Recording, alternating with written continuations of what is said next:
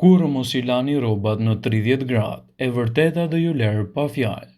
Makina e larjes së rrobave në temperaturë të ulët lejon zhvillimin dhe bartjen e bakterjeve nga rrobat e zakonshme me peshqirët e kuzhinës, të cilat mund të shkaktojnë edhe infeksione në familje.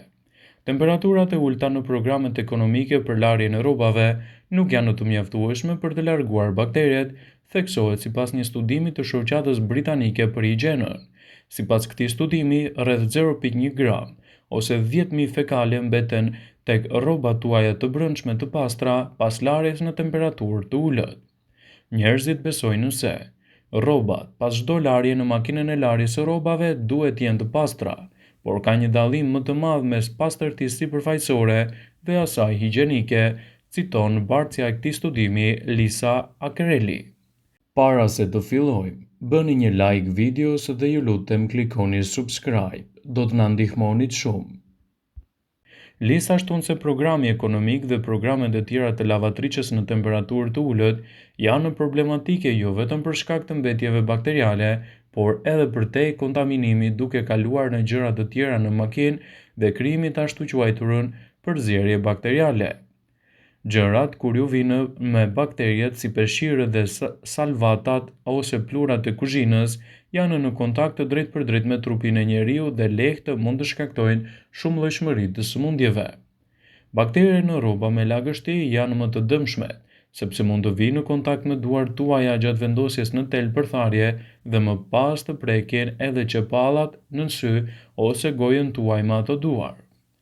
Për atë, lani rrobat tuaja në 60 gradë, kështu që do t'jeni më të sigurt. Këshillat për higjienën më të mirë të lavatriçes janë këto. Të paktën një herë në muaj, lani rrobat në 90 gradë. Pra, edhe rrobat do t'jenë të pastra, por edhe makina larëse do të pastrohet nga bakterjet, mbulesat dhe rrobat duhet të lahen të veçuara nga peshqirët, sidomos kur lahen në temperaturë të ulët. Pas përfundimit të larjes, dera e lavatriçes është mirë që të lihet e hapur për një kohë, sepse qarkullimi i ajrit parandalon rritjen e bakterjeve brenda në lavatriçe. Rregullisht pastroni derën e lavatriçes si dhe vendin ku hidhet detergjenti dhe zbutësi. Pas shtrirjes së rrobave në tel për tharje, pastrojeni tërësisht duart tuaja.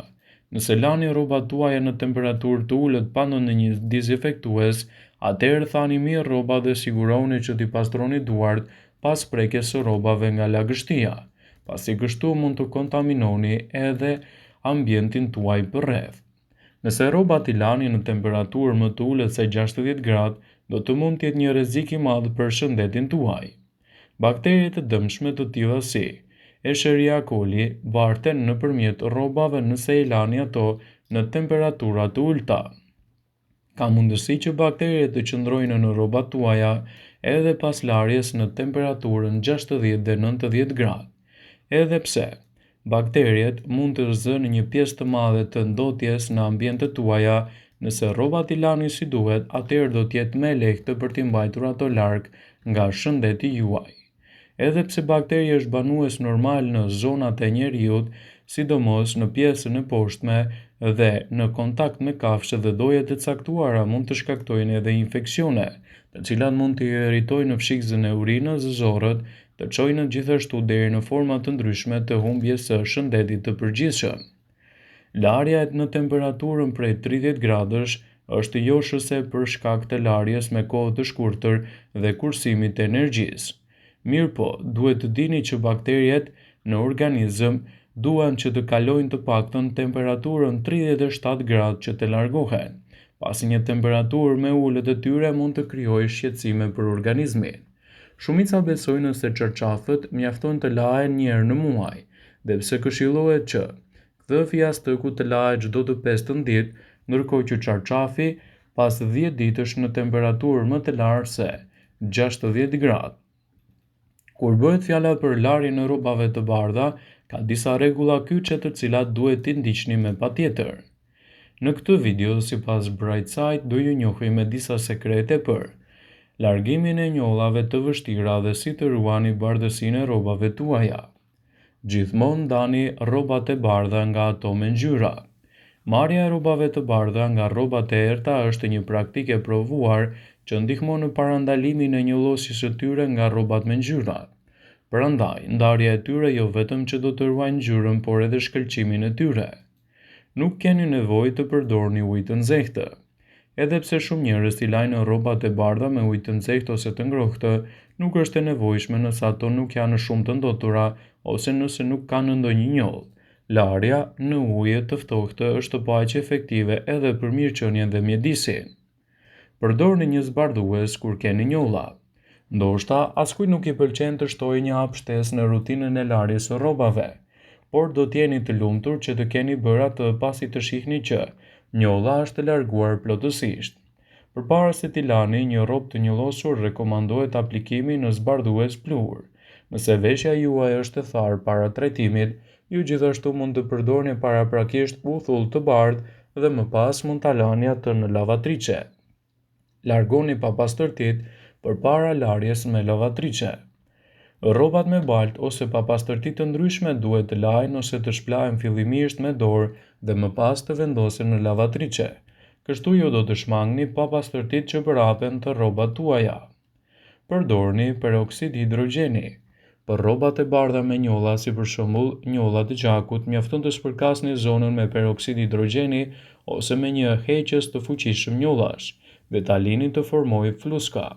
Pasi fluskat kenë ndaluar, shplajini rrobën në ujë të ftohtë dhe të rrjedhshëm dhe përsëriteni këtë proces derisa njolla të zbehet.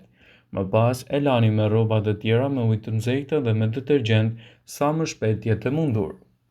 Por si të hiqni fondantinën nga rrobat e bardha? Ndonjëherë ndodh të gjejmë shenja të fondantinës në bluzat tona të bardha. Së pari, ju duhet të hiqni grimcat e mbetura, prandaj pasta butësisht duhet të fërkohet në zonën me detergjent të lëngshëm me rroba dhe gjithashtu të aplikoni sapun. Pasi të krijohet mjaftueshëm shkumë, shplani me ujë të ftohtë dhe përsëriteni derisa të hiqet pjesa më e madhe. Në fund të trajtoni me një heqëse njollas sipas nevojës. Ju mund të largoni gjithashtu edhe salcat e makaronave. Njollat e salcës së makaronave mund të jenë të vështira pasi ato mbeten edhe për shkak të vajrave që gjithashtu kanë. Hapi i parë është të hiqni çdo mbetje duke derdhur ujë të ftohtë nga ana e pasme e veshjes, për të mos e vendosur më tej njollën. Nga këtu procesi është i ngjashëm me heqjen e njollave të tjera. Aplikoni një sasi të vogël të detergjentit të lëngshëm ose sapun enësh në zona dhe filloni të fërkoni nga pjesët e jashtme të njollave me lëvizje rrethore. E shplani sërish me ujë të ftohtë. Pas shplarjes aplikoni uthull të bardhë dhe lini të qëndrojë për 10 deri në 15 minuta dhe më pas e shplani dhe trajtoni me një heqës njollash. Jo mund të largoni gjithashtu edhe njollat të djersës. Këto lloj njollash janë më të theksuara në zonën e sqetullave, të bluzave dhe jakave të këmishave. Ato trajtohen më së miri duke spërkatur zonën e prekur me zonat përreth me një sasi më të madhe të detergjentit kundër njollave. Më pas e fërkoni me lëvizje rrethore për ta pastruar. Pasi njolla të hiqet, e shplani me ujë të ftohtë dhe rikuperoni pastruesin e njollave sipas nevojës. Rrobat e bardha kanë tendencën që të njollosen shumë më lehtë se çdo lloj substance që bie në kontakt me të. Për të zbardhur rrobat në pothuajse të gjitha rastet mund të dështoni, prandaj është e rëndësishme të përdorni disa pastrime me produkte natyrale që mund të merrni në konsiderat heqjen qafe të njollave dhe rikthimin e shkëlqimit të tyre. Uthulla e bardhë është një zgjidhje shumë e mirë për pastrimin e rrobave. Përveç se të qenë një produkt që ndihmon në heqjen e njollave dhe papastërtive, uthulla e bardhë nuk është agresive për pluhurën dhe i ndihmon ato të zbuten në mënyrë që të mos keni nevojë të përdorni edhe software pluhurash. Shtoni 1 deri në 2 filxhan uthull të distiluar të bardhë në detergjentin tuaj të pastër natyral dhe i lani si zakonisht. Nëse veshja juaj ka njolla në qafë, në sqetull ose në zona të tjera, aplikoni uthull në zonën e prekur dhe lini të veprojë 1 orë para larjes. Bikarbonat sodiumi ose soda e bukës mund të jetë një zgjidhje tjetër mjaft e mirë. Është një produkt që përveç se të qenit shumë i lirë, vepron thellë në rroba duke eliminuar njollat dhe duke siguruar butësinë ndaj rrobave tuaja, duke siguruar kështu edhe një zgjidhje mjaft të mirë. Por si ta përdorni?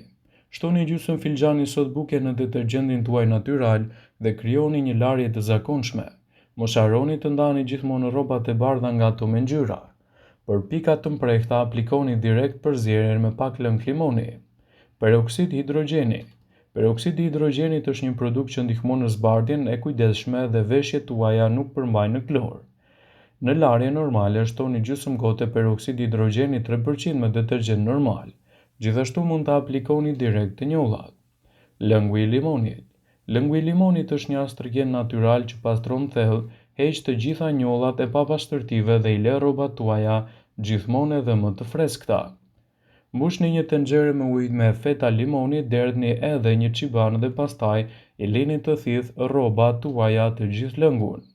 Një tjetër alternativë është e mirë përgatitja e një zgjidhje sapuni me një lugje dhe krip dhe lëngun e 2 limonave. Vendosni rrobat në këtë përzierje për disa minuta, pastaj i lini të thahet në diell dhe i lani si zakonisht.